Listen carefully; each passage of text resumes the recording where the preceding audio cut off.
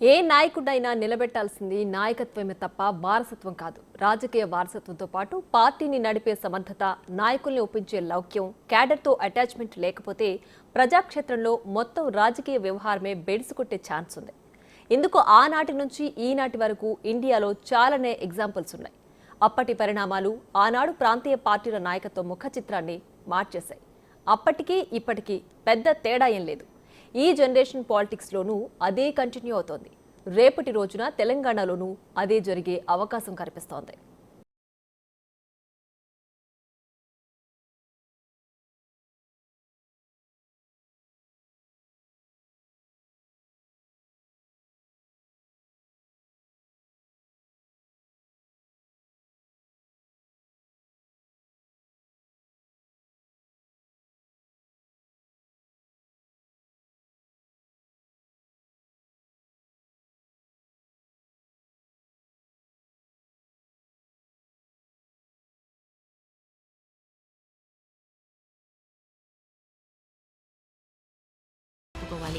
శరద్ పవార్ అంటే మరాఠా రాజకీయ యోధుడు. కాంగ్రెస్ నుంచి బయటకొచ్చి నేషనలిస్ట్ కాంగ్రెస్ స్థాపించి మరాఠా గడ్డపై ఆయన నిలదొక్కున్న తీరు ఆ రాష్ట్ర రాజకీయాలపై ఎన్నటికీ చెరగని ముద్ర వేసింది. అయితే పార్టీ పెట్టిన దగ్గర నుంచి శరద్ పవార్ వెనుకున్నది, పార్టీ నిర్మాణంలో ముందు నుంచి కష్టపడింది, నాయకులను ఏకం చేసింది మాత్రం అజిత్ పవారే. అలాంటి నేతను పక్కన పెట్టి ఎన్సీపీని కూతురు సుప్రియా సూలేకి అప్పగిద్దామనుకున్నారు శరద్ పవార్. దాంతో అజిత్ తెగదెంపులు చేసుకుని బయటకొచ్చేశారు. అప్పుడంతా శరద్ పవార్ నుంచే పక్కకు జరుగుతున్నావా, ఇక నీ రాజకీయ జీవితం ముగిసినట్టే అన్నారు. కానీ మహారాష్ట్ర ఎన్నికల్లో జనం అజిత్ పవార్ వైపే నిలబడ్డారు. ఆయన వర్గానికే జై కొట్టారు. శరద్ పవార్ని పూర్తిగా పక్కన పెట్టేశారు. బాల్ ఠాక్రే వారసుడిగా తెరమీదకొచ్చిన ఉద్ధవ్ ఠాక్రే విషయంలోనూ ఇదే జరిగింది. ఆయన ఎంట్రీ ఇచ్చాకే శివసేనలో ముసలం మొదలైంది. సీఎం పదవి కోసం పడిన తాపత్రయం, ఆయన రాజకీయ వ్యవహారం పార్టీలో పెద్ద చర్చకే తెరలేపాయి. ముఖ్యమంత్రి అయ్యాక ఉద్ధవ్ కూడా తన కొడుకు ఆదిత్య ఠాక్రేకు పార్టీ పగ్గాలు అప్పగించే ప్రయత్నం చేశారు. ఇది నచ్చని ఏక్నాథ్ షిండే తిరుగుబాటు బావుట ఎగురవేశారు. అప్పుడు ఉద్ధవ్ని కాదని ఎవరూ బయటకు వెళ్లరనుకున్నారు. బాల్ ఠాకరే వారసుడైన ఉద్ధవ్ ఠాకరేతోనే తలపడుతున్నావు, మీ పనైపోతుందన్న టాక్ వినిపించింది. కానీ ఎన్నికల్లో జనమంతా షిండేకే జై కొట్టారు. దాంతో ఉద్ధవ్ వర్గం మరింత అధపాతాళానికి దిగజారింది. అటు తమిళనాడులోనూ ఇలాంటి సీనే జరిగింది. అన్నా డీఎంకేని స్థాపించింది ఎంజీఆర్. పార్టీకి అన్నీ తానై పనిచేసింది జయలలిత. ఎంజీఆర్ మరణంతో ఆయన భార్య జానకి రామచంద్రన్ని తెరమీదకు తెచ్చింది పార్టీలోని జయ వ్యతిరేక వర్గం. జయలలితను దారుణంగా అవమానించి పార్టీ నుంచి వెళ్లగొట్టారు. కానీ ఏడాది తిరిగేసరికి అన్నా డీఎంకే అంతా జయనే వెతుక్కుంటూ వచ్చింది. అప్పుడు వాళ్లు నమ్మింది ఎంజీఆర్ రాజకీయ వారసత్వాన్ని కాదు, జయలలిత నాయకత్వాన్ని.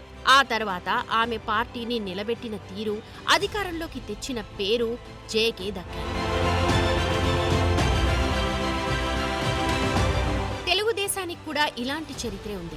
ఎన్టీఆర్ పొలిటికల్ ఎంట్రీతో తెలుగు నేలపై టీడీపీ ప్రభంజనం సృష్టించింది. తారక రాముని నాయకత్వంలో పార్టీని పటిష్టం చేసింది, క్యాడర్ని సెట్ చేసింది, గ్రామీణ స్థాయిలో బలోపేతం చేసింది చంద్రబాబు. లక్ష్మీ పార్వతి ఎంట్రీతో చంద్రబాబు చేసిన తిరుగుబాటు తెలుగు వాళ్ళందరికీ తెలుసు. బాబు బయటకొచ్చాక లీడర్లు, క్యాడర్ అంతా ఆయన వైపే వచ్చేశారు. తరువాత తెలుగుదేశం నాయకత్వాన్ని పటిష్టపరిచిన చంద్రబాబుకే జనం జై కొట్టారు. ఇప్పుడు తెలంగాణలోనూ ఇదే సీన్ రిపీట్ కాబోతోందా అనే చర్చ మొదలైంది. టీఆర్ఎస్ ఆవిర్భావంలో కేసీఆర్ చెప్పిన దానికి ఇప్పుడు చేస్తున్న దానికి అస్సలు పొంతన లేదు. మీ ఔర్ మియా అంటూ చెప్పిన కేసీఆర్ టీఆర్ఎస్ ని పూర్తిగా కుటుంబ పార్టీగా మార్చేసి కొడుకు కేటీఆర్ చేతుల్లో పెట్టారు. మరోవైపు పార్టీ పెట్టిన నాటి నుంచి కేసీఆర్ వెన్నంటే ఉండి పార్టీలో ఏ సంక్షోభం వచ్చినా పట్టుబట్టి చక్కదిద్ది రాత్రింబవళ్లు కష్టపడి పార్టీని బలోపేతం చేసిన హరీష్ రావుని మాత్రం సైలెంట్ గా సైడ్ చేసేశారు. ట్రబుల్ షూటర్ అనే పేరును హరీష్కిచ్చింది కూడా పార్టీనే. అలాంటి నాయకుడికి ఇప్పుడు నంబర్ 2 ప్లేస్ కూడా లేకుండా చేసేందుకు కవితను యాక్టివ్ చేస్తున్నారు అన్న చర్చ జరుగుతోంది. అందుకోసమే ప్రాంతీయ పార్టీల్లో ఆనవాయితీగా మారిన వారసత్వం వర్సెస్ నాయకత్వం సీన్ ఇక్కడ కూడా కనిపించనుందా అనే చర్చ మొదలైంది. కేటీఆర్ కేసీఆర్ ని నమ్మి పార్టీ వర్కింగ్ ప్రెసిడెంట్ ని చేస్తే ఎన్నికల ఫలితం ఎలా వచ్చిందో తెలంగాణ అంతా చూసింది. దాంతో కేసీఆర్ ఫామ్ హౌస్ కే పరిమితమైపోయారు. కొన్ని నెలలుగా ఆయన ఎర్రవల్లి దాటి బయటకు రావట్లేదు. పైగా వయసు మీద పడుతోంది. ఆరోగ్య సమస్యలు కూడా కేసీఆర్ ని వెనక్కి లాగేస్తున్నాయి.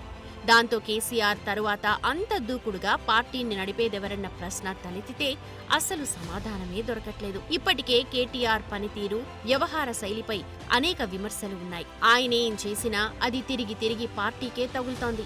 పైగా కింది స్థాయి లీడర్లతో అంత సఖ్యతగా ఉండరన్న ఆరోపణలు, తన కోట్రీని మాత్రమే నమ్ముతారన్న చర్చ ఉంది.